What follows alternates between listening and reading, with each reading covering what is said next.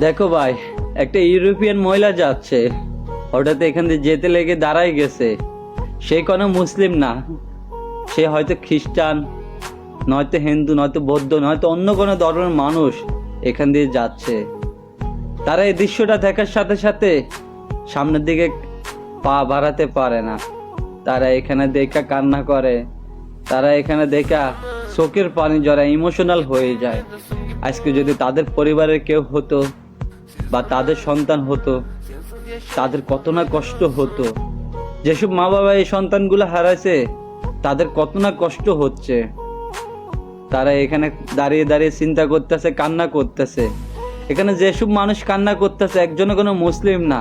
আপনি কাপড়ের দিকে দেখলে বুঝতে পারবেন তারাই এই বাচ্চাদের জন্য কান্না করতেছে।